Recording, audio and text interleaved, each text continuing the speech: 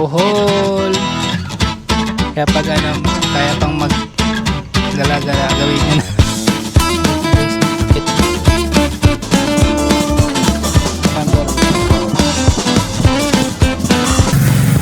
So guys, dito tayo sa man-made forest ng Bohol.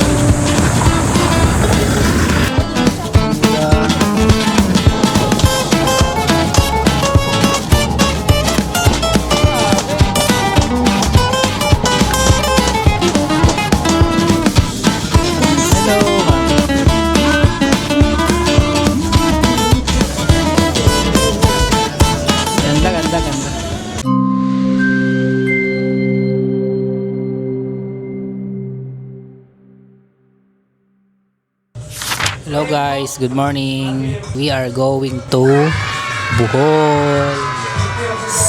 Katapos lang namin mag-breakfast dito 7-Eleven. Tapos papunta kami ngayon sa Pier 1. Tapos sasakay tayo ng Ocean Jet.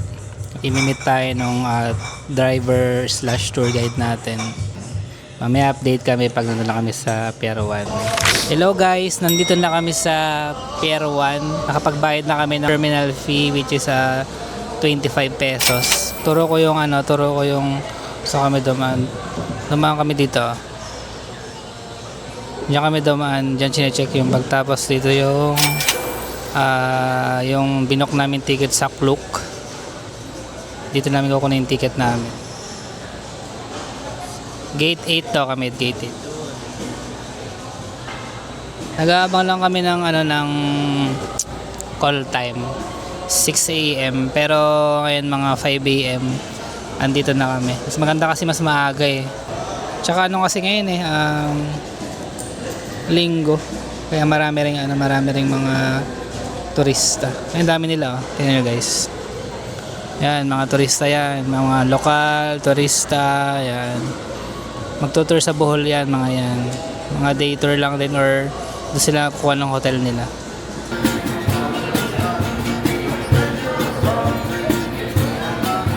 Nice ba guys? Lupit no? Ayan guys, boarding kami guys.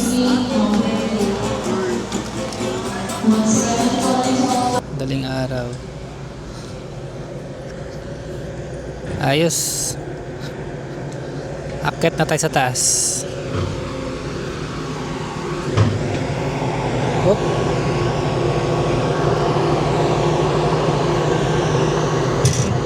Parang nahilo ako.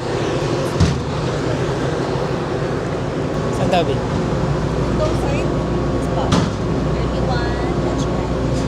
Okay.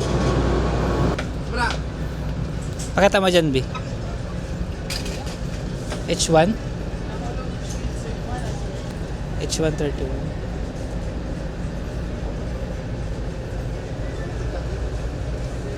Ano to?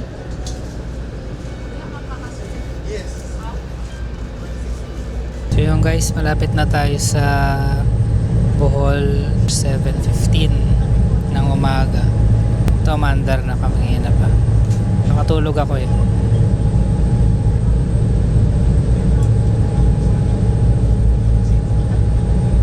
Ito yung tsura ng ferry.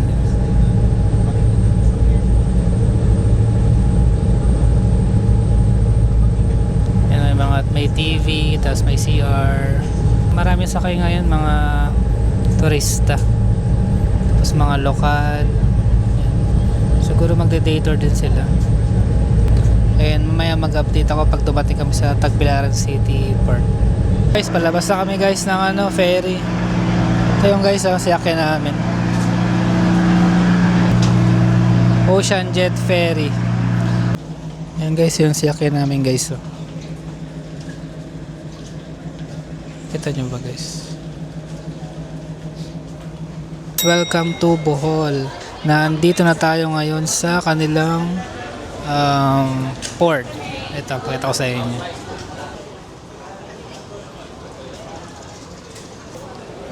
8:30 pa yung namin eh. 8:30 pa yung tour. Pero tatawagan ko na siya mamaya. Kasi parang pa lang ngayon eh. Alas 8 pa lang. Hello guys, dito na tayo sa Chocolate Hills. Kanina Binaba lang kami kaya ng tour guide slash driver namin dito sa harapan. Yan, binaba lang kami dyan. Tapos mamaya aakyat kami doon sa taas. Nakataas doon. Ngayon dito muna kami sa baba. Medyo nagpapahinga muna kasi super layo ng biyahe. Siguro from Pierre hanggang dito siguro mga 1.5 oras o 2 oras. Tapos yung daanan zigzag kaya medyo nakakahilo. Tapos matagtag pa yung matagtag yung daan dito. Hindi siya smooth. Pero worth it naman. Maraming mga turista ngayon, makikita nyo. Yan, may mga puti, mga Koreano, Chinese, marami din. Tapos doon tayo sa taas na maya. Kasi tayo maya doon. Ayan. Binook namin to sa Klook. Kaya kung gusto nyong matry din tong experience na to, mag-book lang kayo sa Klook. Ayan. Ganda tong Chocolate Hills talagang Sabi ng tour guide namin, mga hills yan, no. Hanggang doon, marami yan. Hindi siya matatawag na ngayon na Chocolate Hills kasi yung mga damo niya hindi brown Parang green. Kaya parang mo na ngayon siya. Matcha Hills ang tawag mo na diyan, Matcha Hills. Pwede na. Okay guys, akit na tayo sa taas. Tara. Una ka? Yan, sa taas. Tayo dun, sa pinakataas. Hingal na ako. May magpahinga. Dito. Ito. Pahinga mo na. Oo. Pahinga ulit dito. Diba? Pahinga siyempre Lamig ng hangin sarap. Bohol. Yan guys, sakit tayo ulit. Hello guys, ito na yung pinakamataas na part. Grabe. Ang dami. Hanggang doon yan Hanggang doon. Meron rin dito. Magandang panahon ngayon, hindi mainit, hindi umuulan, mahangin. Yan, hanggang doon yan. Mga maliliit doon dito. Ayan Ay, marami dyan. Bayan pa yung ATV Grabe.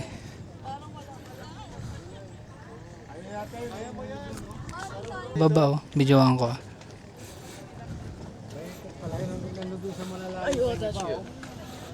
Ayun hanggang doon sa baba yan.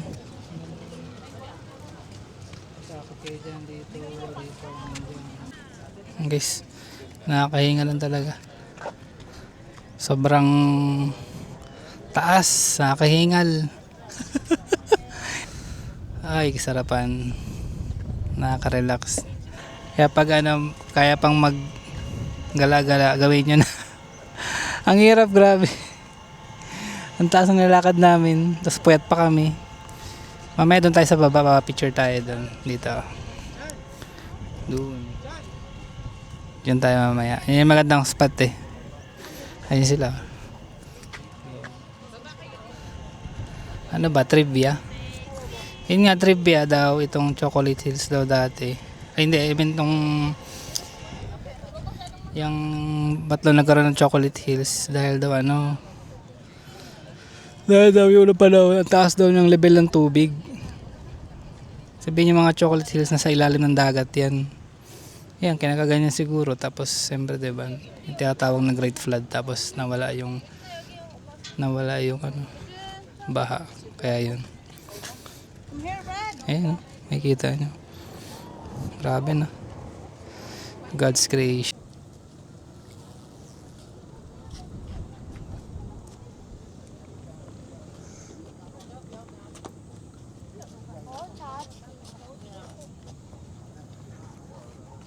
Guys, dito tayo sa magandang spot. Ayan. Kaya na picture tayo ni Kuya doon. Ang gaya na makakuha niya. Yung mga tech discarte niya, tayo nyo. Pag pumunta kayo dito. Ayan o. Hawakan nyo yung chocolate hills, mga couple. Ang galing nga eh. Okay. And this again designed by the waves, pressure of the wind, raindrops, and current of the water 2.5 million years ago. So not included yung mga hills na may kahoy like nandoon banda. So only this, yung walang kahoy, just grass.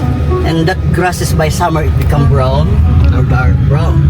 And the reason why walang kahoy po dyan, because underneath of the chocolate hills, that's composed of mga dead coral stones.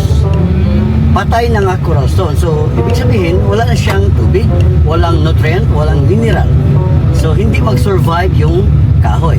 Normally, grass lang yung nandoon kasi they have konting amount of lupa. Kasi kahit anong katitin ng lupa, kahit sa bahay, sa pupunan ng bahay natin, pag may lupa, may grasses. But, yan lang talaga yung mag-survive.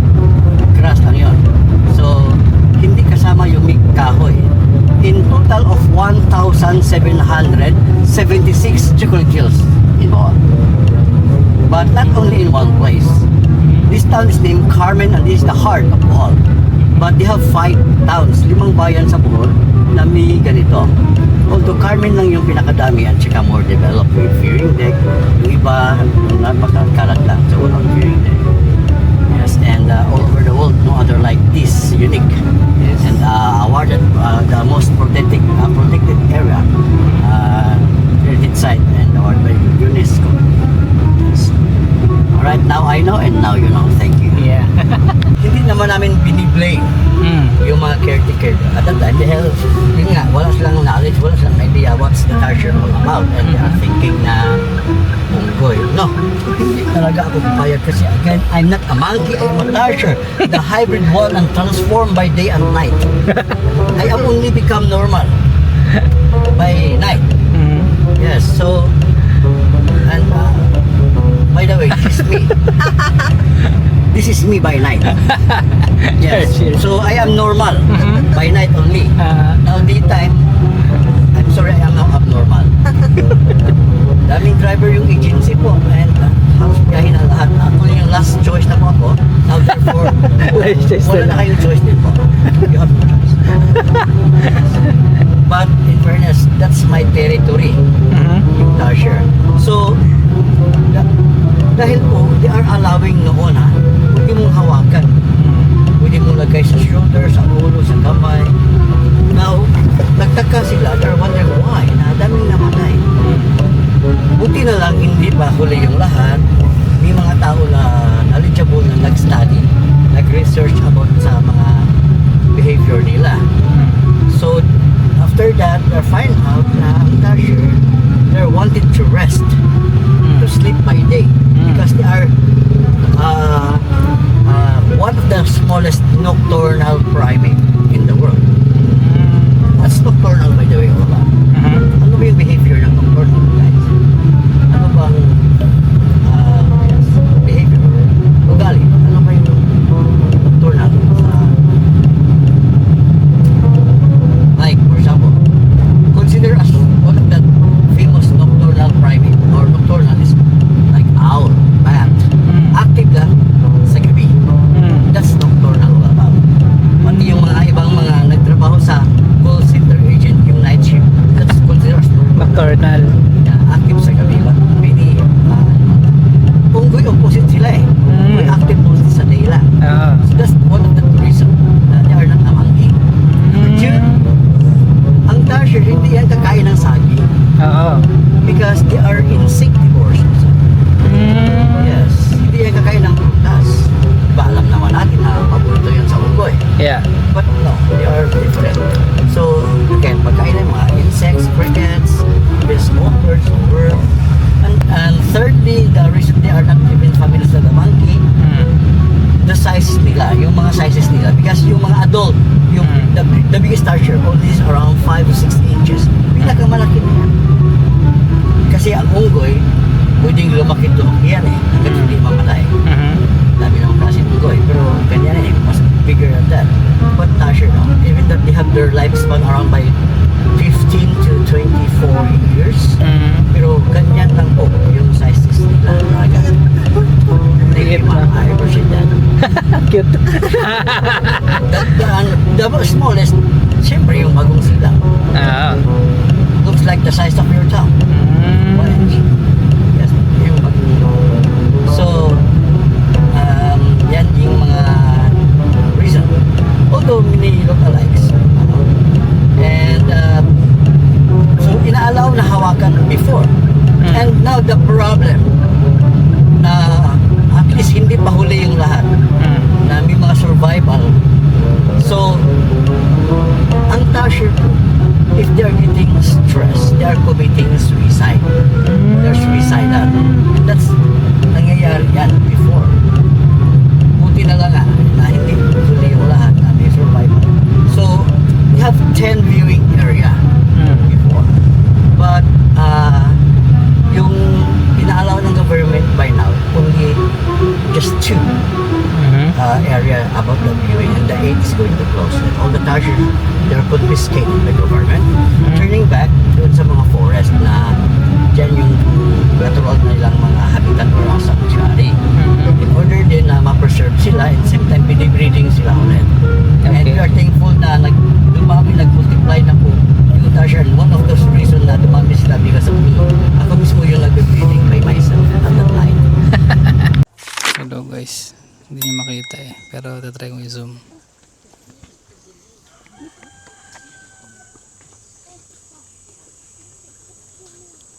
Ayun siya. Tatago siya. Nahiya siya. Pakita mo sa camera, Bi. Sa'yo.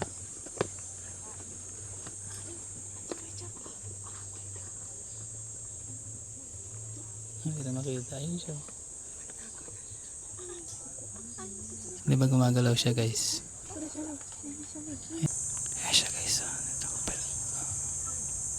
Ang liit niya guys. I-zoom niya na lang guys. I-zoom niya na lang. Cute niya guys no?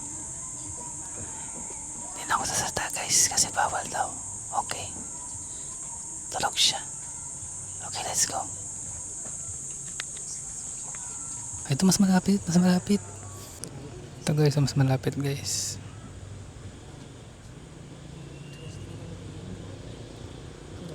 Light niya guys no, cute niya. Ayun, konting trivia lang. Kinakain niya yung mga insekto. Pag nanganak sila, ano lang eh. Isang ano lang. Isang baby lang. Kaya daw kailangan laging tahimik kasi tayo dito kasi nai-stress daw sila.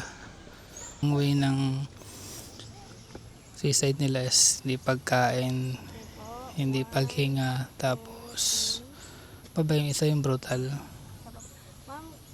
Nalimutan ko na, i-search nyo na lang. Gunggong! Barinig kita sa mukha! Yan guys, palabas na kami. Susundin na kami ni Kuya sa labas. So guys, yan tayo sa man-made forest ng Bohol. Puro mahogany yan guys.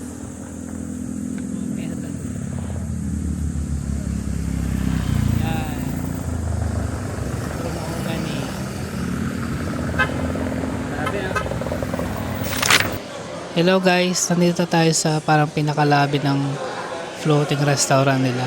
Ang galing oh, parang ano, may boarding pa sila. Ayun.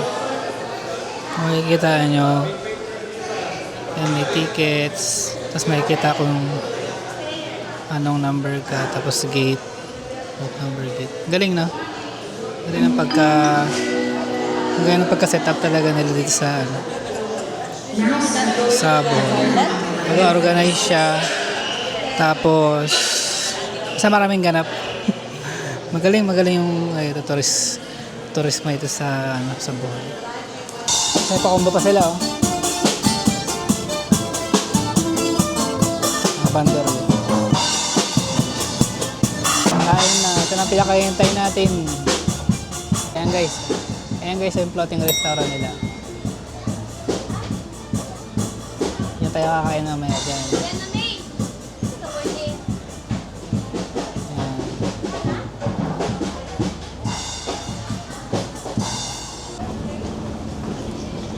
Daming mga ano guys, oh. Mga floating restaurant. Galing, no? Sobrang tibay, sobrang bigat niyan. Nakakain niya. Tayo sa number 3. Ayan. Group number 3. Kaunti ka rin? Okay na po? Oo, okay naman po. Sir, Saan pa kami, ma'am? second boat. Sa kabila? Second boat ha? Okay, Pangalawang boat. Okay, second boat. Tapos may ipag-ibigay lang sa subscribe may... Okay. Ito ang boat natin, kabila. Yan.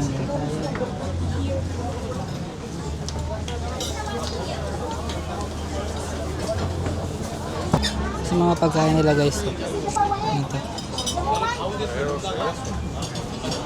Bread. Ito omelette. Parang may sinigang. Mga vegetables. Sinigang. Pansit. Ano to?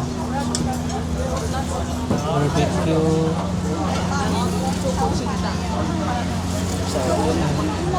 Mga dessert. Busok po. Sinigang. So guys, kain na tayo guys. Kain na tayong Coke, juice. Mga kinuha natin. Barbecue. Kaldereta. Sipon. Kare-kare. Tikman na natin. Maandar na ba? Tikman natin muna yung barbecue nila.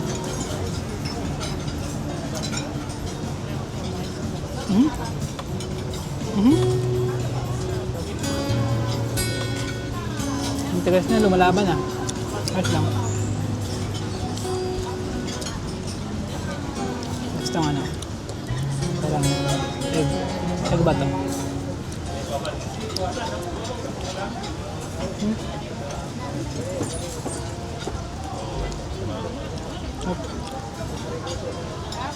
Caldereta. Caldereta. Lambot. Fresh yung kare-kare.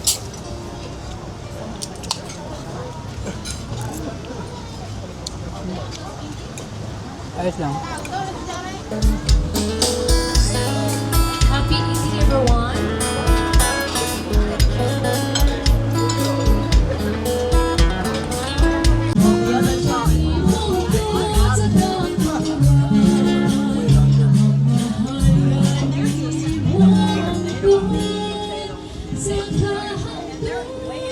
Magpa-perform yung mga ano, mga bata.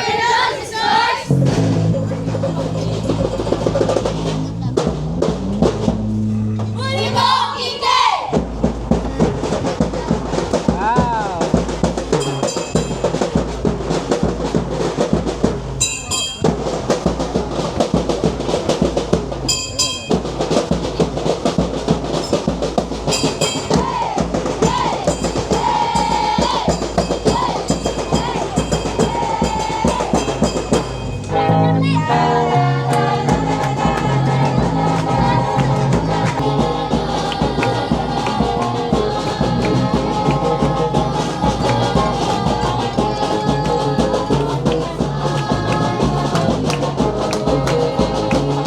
Ang bata.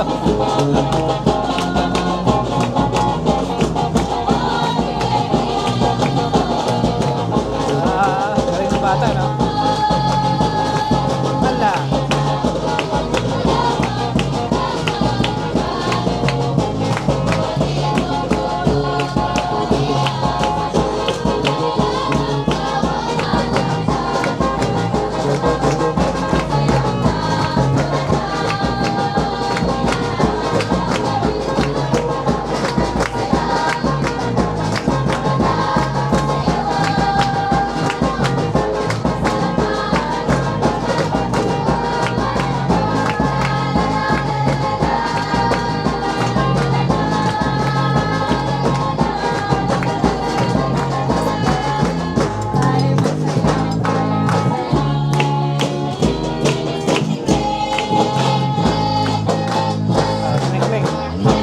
Terekleng daw, terekleng.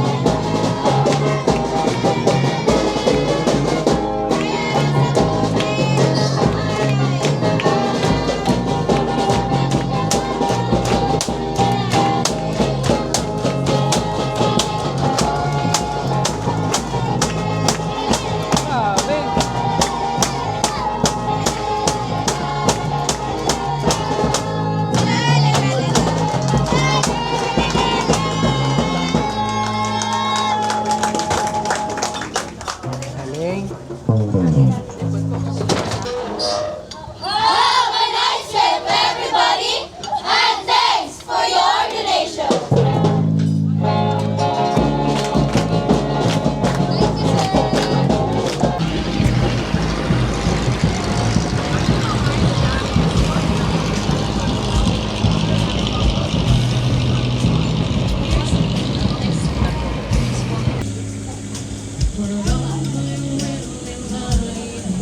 Ganda, ganda, ganda, ganda.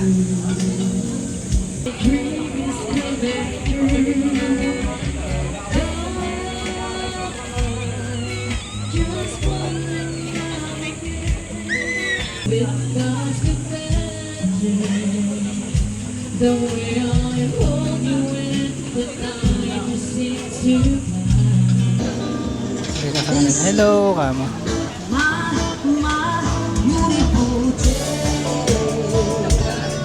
Ganda, ganda, ganda.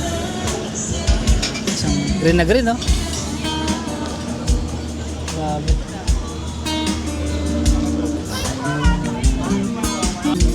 Yun guys, tapos na tayong kumain ng ayos naman ang buffet dito. Pre, ang ganda ng ambience habang kumakain. Kaya yung view mo.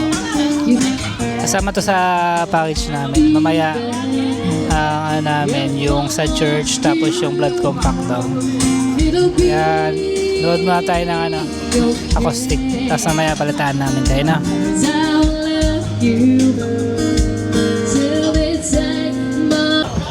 Guys, babalik na kami sa sa mismong lobby. Ngayon, ang next namin is doon sa may church daw, tsaka doon sa may blood compact. Pero hindi ko alam kung pupunta pa kami. Pakaulaw ko na, nahilo na ako. Masyado kang mareklamo, gusto mo na umuwi? 320 pa yung ano namin eh. Dapat 220 or 2 doon na kami.